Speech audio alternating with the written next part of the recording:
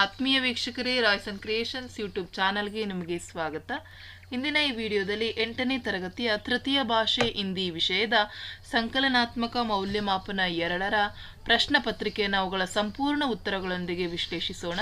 ಯಾರೆಲ್ಲ ಮೊದಲ ಬಾರಿ ನಮ್ಮ ಚಾನಲ್ ನೋಡ್ತಾ ಇದ್ದೀರಾ, ಸಬ್ಸ್ಕ್ರೈಬ್ ಮಾಡಿ ಹಾಗೂ ನಿಮ್ಮ ಫ್ರೆಂಡ್ಸಿಗೆ ಶೇರ್ ಮಾಡಿ.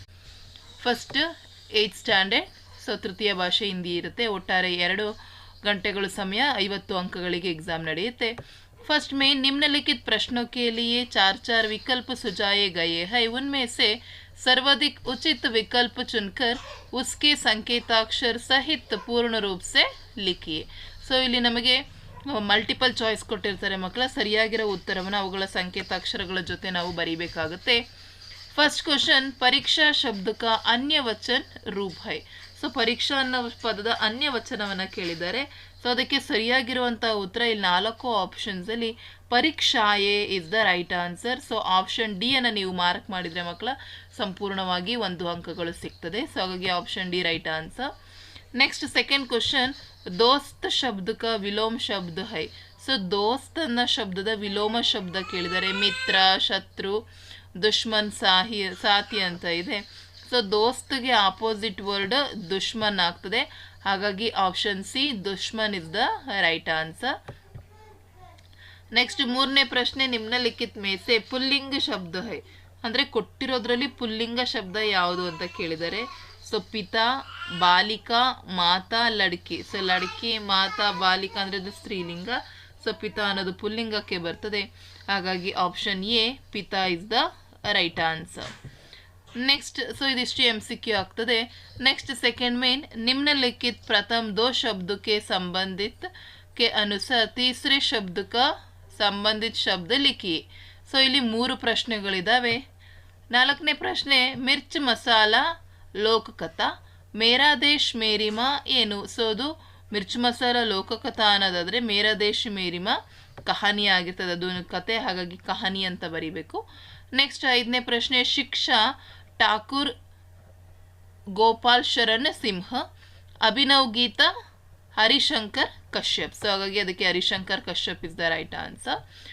6ನೇ ಪ್ರಶ್ನೆ, ಬೈಸಾಖಿ ತ್ಯೋಹಾರ್ ಪಂಜಾಬ್, ವಿಷ್ಣು ತ್ಯೋಹಾರ ಕೇರಳ. ಸೊ ವಿಷ್ಣು ತ್ಯೋಹಾರನ್ನು ಕೇರಳದಲ್ಲಿ ಆಚರಿಸಲಾಗ್ತದೆ. ಹಾಗಾಗಿ ಕೇರಳ ಅಂತ ಹೇಳಿ ಬರೀಬೇಕಾಗುತ್ತೆ.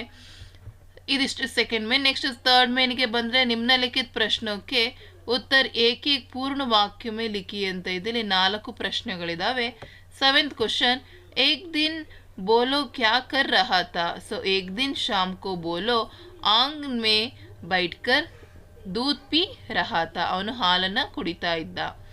ನೆಕ್ಸ್ಟ್ 8ನೇ ಪ್ರಶ್ನೆ, ಮೇಜರ್ को तुरंत किसका स्मरण हो गया हो आया. ಸೊ ಅವನಿಗೆ ಯಾವುದು ಇಮಿಡಿಯೇಟ್ ಆಗಿ ತುರಂತಾಗಿ ನೆನಪಾಗುತ್ತೆ. ಸೊ ಮೇಜರ್ ಕೋ ತುರಂತ್ ಮಾತೃಭೂಮಿ ಕಾ ಸ್ಮರಣ ಓ ಆಯಾ. ನೆಕ್ಸ್ಟ್ 6ನೇ ಪ್ರಶ್ನೆ, ಮುರಳಿ ನೆ ಗಾನ ಕೈಸೆ ಸೀಖಾ ಹೈ. ಸೊ ಮುರಳಿ ನೆ ಅಪ್ನಾ ಉರ್ ಚೇಟ್ಕರ್ ಗಾನ ಸೀಖಾ ಹೈ. 10ನೇ ಪ್ರಶ್ನೆ, ಬಂದರ್ ಕ್ಯಾ ಲೇಕರ್ ಆಯಾ. ಸೊ ಬಂದರ್ ತಾರುಜ್ ಲೇಕರ್ ಆಯಾ. ಸೊ ಹಾಗಾಗಿ ತಾರುಜ್ ಅಂತ ಹೇಳಿ ಬರೆದ್ರೆ ನಿಮಗೆ 1 ಅಂಕ ಸಿಗ್ತದೆ ಮಕ್ಕಳ. ಸೊ ಇದಿಷ್ಟು 1 ವರ್ಡ್ ಆನ್ಸರ್ಸ್ ಕ್ವಶನ್ಸ್ ಆಗುತ್ತೆ. ನೆಕ್ಸ್ಟ್ 4th ಮೇನಿಗೆ ಬಂದರೆ, ನಿಮ್ನಲಿಖಿತ ಪ್ರಶ್ನೋಕ್ಕೆ ಉತ್ತರ 2-3 ವಾಕ್ಯ ಮೇಲೆ ಲಿಖಿ. 2 ಅಥವಾ 3 ವಾಕ್ಯಗಳಲ್ಲಿ ಬರಲಿಕ್ಕಿರ್ತದೆ. 11ನೇ ಪ್ರಶ್ನೆ, ಗಾಂಧೀಜಿ ಪರ್ ನಾಟಕೋ ಕ್ಯಾ ಪ್ರಭಾವ ಪಡ. ಸೊ ಅವರು ನಾಟಕವನ್ನು ಇದು ಮಾಡಿ ಏನನ್ನ ಅವರಿಗೆ ಪ್ರಭಾವ ಬೀರ್ತದೆ.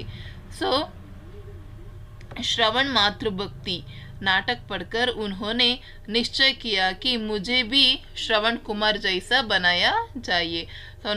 ಅವರು ಶ್ರವಣ ಪಿತೃಭಕ್ತಿ ಅವನ ನಾಟಕವನ್ನು ಅವರು ಓದಿ, ಸೊ ಅವನಲ್ಲಿ ತಂದೆ ತಾಯಿರಿಗೆ ಇದ್ದಂತಹ ಭಕ್ತಿಯನ್ನು ನೋಡಿ ನಾನು ಸಹ ಗಾಂಧೀಜಿಯವರು ಶ್ರವಣ ಕುಮಾರನ ಹಾಗೆ ಆಗಬೇಕು ಅಂತ ಹೇಳಿ ನಿಶ್ಚಯವನ್ನು ಮಾಡ್ತಾರೆ. ಅದೇ ರೀತಿ ಹರಿಶ್ಚಂದ್ರ ನಾಟಕ ದೇಖ್ಕರ್ उन्होंने सोचा कि हर एक को हरिश्चंद्र की तरह संकट सहकर भी सच्चाई का पालन करना चाहिए. ಸೊ ಪ್ರತಿಯೊಂದು ನಮ್ಮ ಕಷ್ಟದ ಸಮಯದಲ್ಲಿ ಇದ್ದರೂ ಸಹ ನಾವು ಹರಿಶ್ಚಂದ್ರನ ಹಾಗೆ ಸತ್ಯವನ್ನು ಪಾಲನೆ ಮಾಡಬೇಕು ಅಂತ ಹೇಳಿ ನಿಶ್ಚಯವನ್ನು ಮಾಡ್ತಾರೆ. ಸೊ ಏನೋ ತಿಳಿದುಕೊಳ್ತಾರೆ.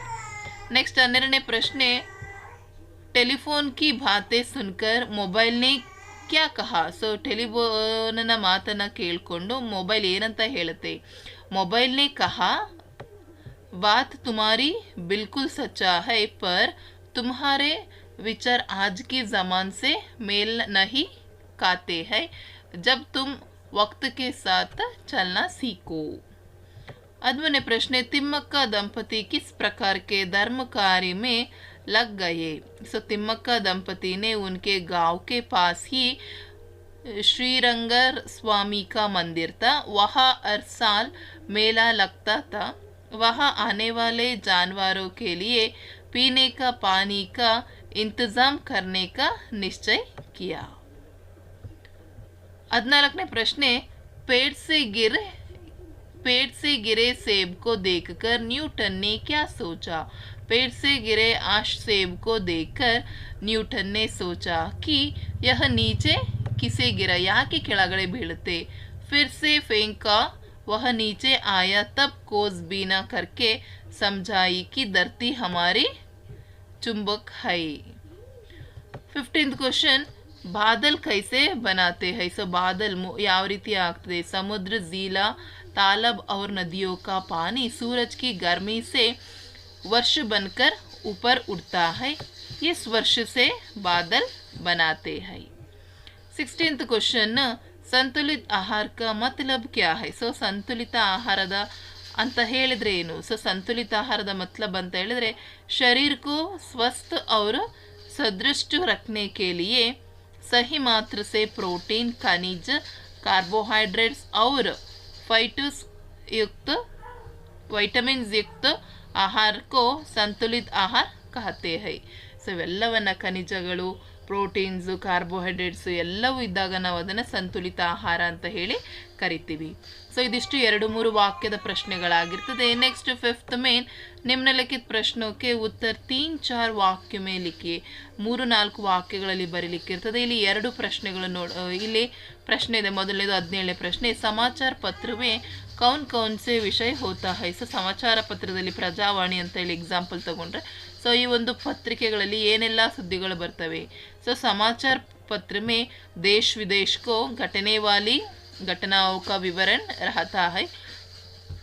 खेल कूद, सिनेमा, मौसम, नौकरी संबंधी विज्ञापन, बाजार भाव, कृषि व्यवहार संबंधित सूचनाएं मिलती है। कार्टून, पदबंध, विवाह संबंधी विज्ञापन, परीक्षा उपयोगी ಸಾಮಗ್ರಿ, ಪರೀಕ್ಷಾ ಫಲ್ ಆದಿ। ಸೊ ಇವೆಲ್ಲ ವಿಚಾರಗಳು ಸಮಾಚಾರ ಪತ್ರದಲ್ಲಿ ಇರ್ತದೆ।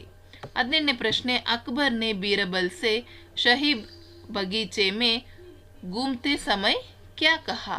सो अकबर ने बीरबल से शाही बगीचे में घूमते समय कहा कि बीरबल, मुझे हरे रंग का घोड़ा चाहिए, तुम्हें मुझे 7 दिन में हरे रंग का घोड़ा ला दो, यदि तुम हरे रंग का घोड़ा ना ला सके तो हमें अपनी शक्ल मत दिखाओ ಅಂತ ಹೇಳಿ ಹೇಳ್ತಾರೆ।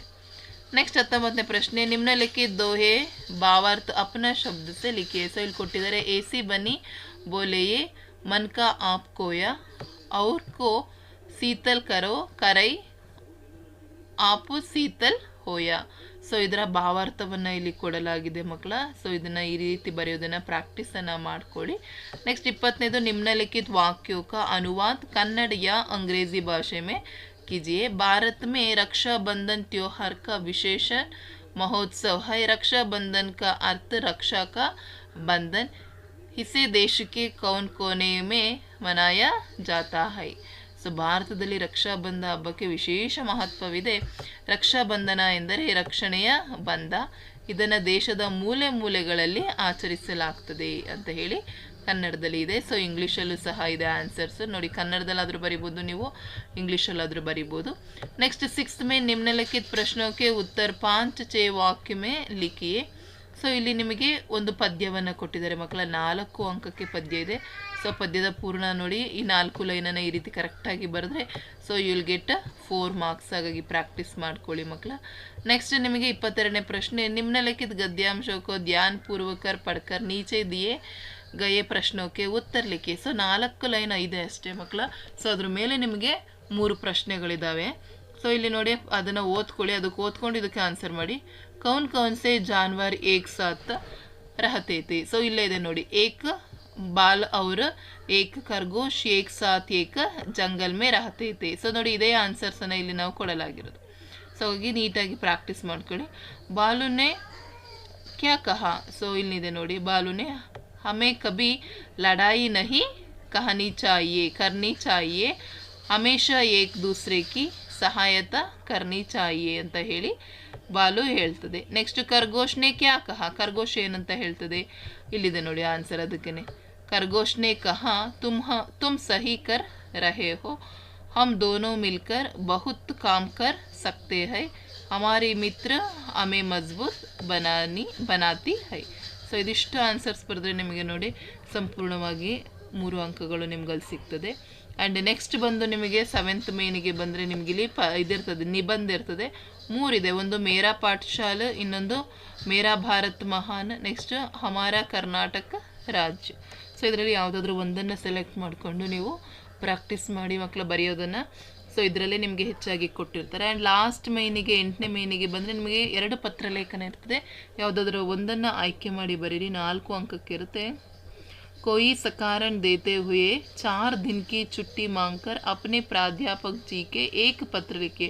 ಸೊ 4 ದಿನಕ್ಕಾಗಿ ಯಾವುದೇ ಕಾರಣವನ್ನು ಮದುವೆ ತಂಗಿಯ ಮದುವೆಗಾಗಿ ಅಥವಾ ಸೊ ಎನಿ ರೀಸನ್, ಹಬ್ಬಕ್ಕೆ ಹೋಗುವುದಾಗಿ ಅಥವಾ ನಿಮಗೆ ಹುಷಾರಿಲ್ಲ, ಯಾವುದೇ ರೀಸನ್ ಆದರೂ ಕೊಟ್ಟು ನಿಮ್ಮ ಪ್ರಾಧ್ಯಾಪಕರಿಗೆ ಒಂದು ಪತ್ರವನ್ನು ಬರೀಬೇಕು. ಅಥವಾ ಪರೀಕ್ಷಾ ಕಿ ತಯಾರಿ ಕಿ ಬಾರೆ ಮೇ बताते हुए अपने ಪಿತಾಜಿ ಕೆ ನಾಮ್ ಏಕ ಪತ್ರ ಲಿಖಿ. ಸೊ ನೀವು ಪರೀಕ್ಷೆಗೆ ಯಾವ ರೀತಿ ತಯಾರಾಗ್ತಾ ಇದ್ದೀರಾ ಅದ್ರ ಬಗ್ಗೆ ನೀವು ನಿಮ್ಮ ತಂದೆಗೆ ಪತ್ರ ಬರಲಿಕ್ಕಿರುತ್ತೆ. ಹಾಗಾಗಿ 2ರಲ್ಲಿ ಯಾವುದಾದ್ರೂ ಒಂದನಾದರೂ ಪ್ರಾಕ್ಟೀಸ್ ಮಾಡ್ಕೊಂಡಿರಿ ಮಕ್ಕಳು, ಎಕ್ಸಾಮ್ಗೆ ಕೇಳ್ತಾರೆ. ಸೊ ಹಾಗಾಗಿ ಈ ಒಂದು ಮಾಡೆಲ್ ಕ್ವಶನ್ ಪೇಪರ್ ನಿಮಗೆ ಬಹಳ ಯೂಸ್ಫುಲ್ ಆಗುತ್ತೆ. ಯಾವ ರೀತಿ ಬರೀಬೇಕು, ಯಾವ ರೀತಿ ಎಲ್ಲ ಆನ್ಸರ್ ಮಾಡಬೇಕು ಅಂತ ಹೇಳಿ ನೀವೀಗ ಆಲ್ರೆಡಿ ನೋಡ್ಕೊಂಡಿದ್ದೀರಾ.